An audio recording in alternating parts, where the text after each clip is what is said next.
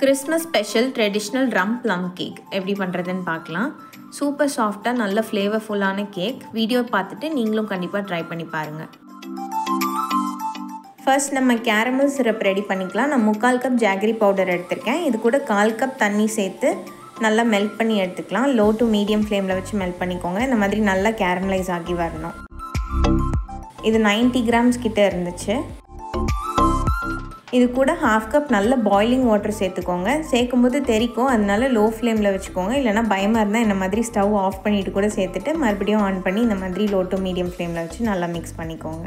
இது இந்த மாதிரி நல்லா சிரப் மாதிரி ஆனதுக்கப்புறமா ஸ்டவ் ஆஃப் பண்ணிடலாம். பாகு மாதிரிலாம் ஆக தேவையில்லை. இதை இன்னொரு பவுலுக்கு ட்ரான்ஸ்ஃபர் பண்ணி எடுத்து வச்சுட்டு இப்போ ட்ரை இன்க்ரீடியன்ஸ்லாம் நம்ம ரெடி பண்ணிக்கலாம். நான் 1 கப் மைதா எடுத்திருக்கேன். இது 160 கிராம்ஸ் இருந்தது. 170 கிராம்ஸ் வரைக்கும் நம்ம எடுத்துக்கலாம். இது கூட 1 teaspoon baking powder, 1/4 teaspoon baking soda சேர்த்துக்கோங்க.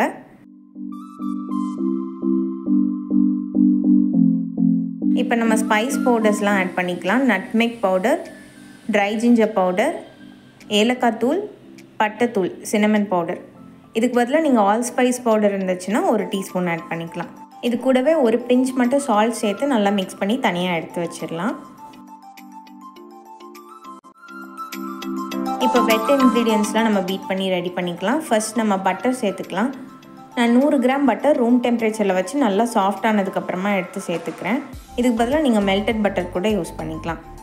இது பீட்டர் இல்லை விஸ்க் வச்சு நல்லா ஃப்ளஃபி ஆகிற வரைக்கும் பீட் பண்ணிக்கோங்க. கலர் கொஞ்சம் லைட் ஆகிற வரைக்கும் நல்லா பீட் பண்ணி எடுத்துக்கோங்க. நம்ம டோட்டலாக 3 எக்ஸ் ஆட் பண்ணிக்க போகிறோம். இது ஒன்றா சேர்த்து நல்லா பீட் பண்ணி எடுத்துக்கலாம்.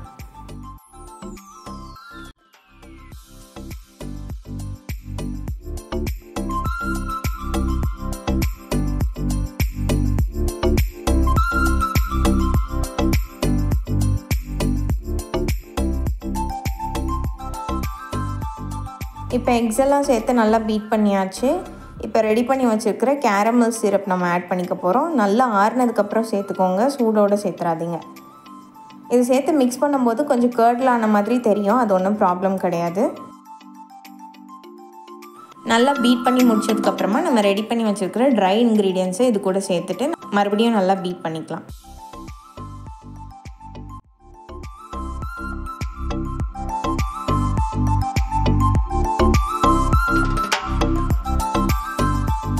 நான் கலருக்காக 1 டேபிள் ஸ்பூன் கோகோ பவுடர் சேர்த்துக்கிறேன். இது ஆப்ஷனல் தான், வேண்டாம்னா ஸ்கிப் பண்ணிக்கலாம். இது கூடவே 1 டீஸ்பூன் வனிலா எக்ஸ்ட்ராக்ட் சேர்த்து நல்லா பீட் பண்ணிக்கோங்க. நான் 1/2 கப் சாப் பண்ண நட்ஸ் எடுத்திருக்கேன். இதில் 1 டீஸ்பூன் மைதா சேர்த்து நல்லா கோட் பண்ணிவிட்டு அதுக்கப்புறமா ஆட் பண்ணிக்கோங்க. அப்போ தான் கேக்கில் எல்லா பக்கமும் நம்மளுக்கு நட்ஸ் கிடைக்கும், இல்லைனா அடியில் போய் செட்டில் ஆகிடும். இப்போது மெயின் இன்க்ரீடியண்ட், நான் 3 மந்த்ஸ் ரம்மில் சோக் பண்ண ட்ரை ஃப்ரூட்ஸ் எடுத்திருக்கேன். இது கூட நான் கிரான்பெரிஸ் மட்டும் ஒரு 1 ஹவருக்கு முன்னாடி ஆட் பண்ணி எடுத்து வச்சுருக்கேன். இதில் நான் போட்டிருந்த ஸ்பைசஸ் மட்டும் ரிமூவ் பண்ணிவிட்டு இதில் உள்ள ட்ரை ஃப்ரூட்ஸ் நான் கேக்கில் ஆட் பண்ணிக்கிறேன். ஒரு 1 கப் வரைக்கும் நான் ட்ரை ஃப்ரூட்ஸ் ஆட் பண்ணிக்கிறேன். நிறைய ட்ரை ஃப்ரூட்ஸ் அண்ட் நட்ஸ் சேர்த்தா ப்ளம் கேக் ரொம்ப ரிச்சாக இருக்கும்.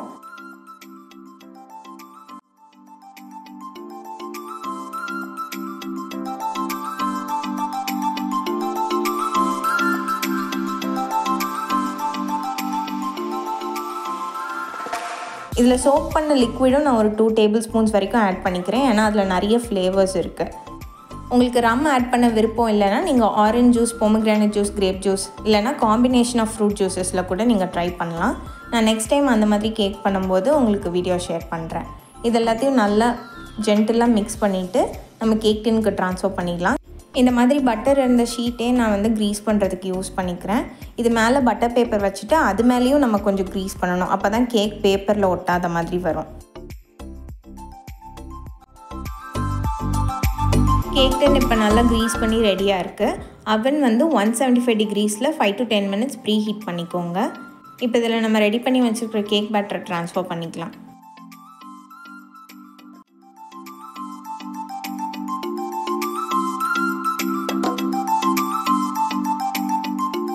பேட்டர் ட்ரான்ஸ்ஃபர் பண்ணிவிட்டு அதுக்கப்புறமா ஒரு 2-3 தடவை இந்த மாதிரி ஜென்டிலாக டேப் பண்ணிக்கோங்க.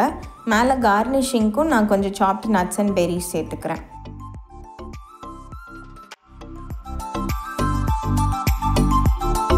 இப்போ இதை ப்ரீ ஹீட் பண்ண அவனில் 175 degrees 40 மினிட்ஸில் எனக்கு கேக் ரெடி ஆச்சு. கேக் டின்னோட சைஸ் பொறுத்தும் நம்ம எவ்வளோ பேட்டர் ஃபில் பண்ணியிருக்குன்றதை பொறுத்தும் நம்மளுக்கு பேக்கிங் டைம் வந்து டிஃபர் ஆகும். நீங்கள் செக் பண்ணி எடுத்துக்கோங்க. இந்த மாதிரி டூத் பிக் இன்சர்ட் பண்ணி பார்க்கும்போது க்ளீனாக வந்துச்சுன்னா கேக் குக் ஆகிடுச்சின்னு அர்த்தம். இது மேலே ஒரு வெட் கிளாத் போட்டு மூடிட்டு 1 hour ரெஸ்ட் பண்ணிவிட்டு கொஞ்சம் கூல் டவுன் ஆனதுக்கப்புறமா நம்ம டீமோல்ட் பண்ணிக்கலாம்.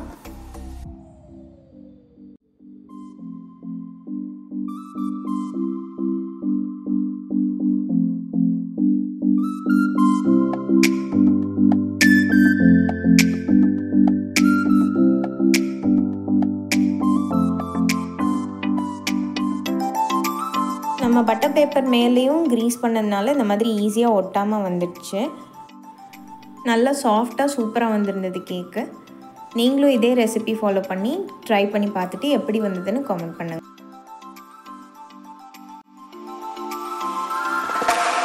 Wishing you all Merry Christmas and healthy and prosperous New Year 2025. Video பிடிச்சிருந்தா சேனலுக்கு சப்ஸ்கிரைப் பண்ணிவிட்டு உங்கள் ஃப்ரெண்ட்ஸ் அண்ட் ஃபேமிலிக்கும் ஷேர் பண்ணுங்கள். தேங்க்யூ ஃபார் வாட்சிங்.